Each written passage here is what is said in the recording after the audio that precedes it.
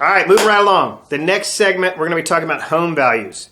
And home values is a key piece of activation content for sellers. And sellers are really what we should be focusing on in terms of our lead generation effort, because sellers bring us more buyers. See how that works? It's really awesome. So think about this.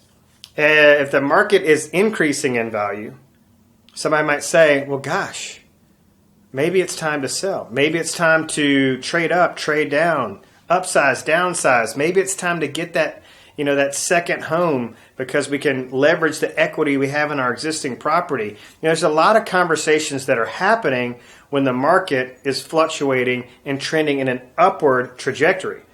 But it's also true when it's trending down. People may go, gosh, we may be able to sell. Because think about this. People move to be closer to family. I know a lot of folks want to move to be closer to grandkids. As they retire, they want to move and get out of colder climates. Well, they don't want to be held hostage by their mortgage. They don't want, it's just like a stock. If you see a stock tumbling in value, a lot of people go, oh, it's time to sell before it gets lower. The same is true of the real estate market. So part of our job description is to educate the public on what values are doing. Is it a hold situation? Is it a sell situation? Is it a buy situation? What type of market are we in? That is for you to determine and for you to educate the public on.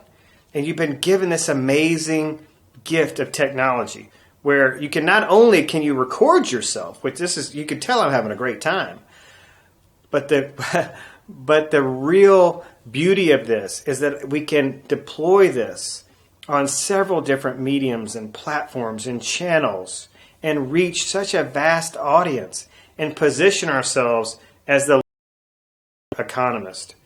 I can tell you that hiring a real estate agent who is confident about data, I say this a lot in the classes that I teach.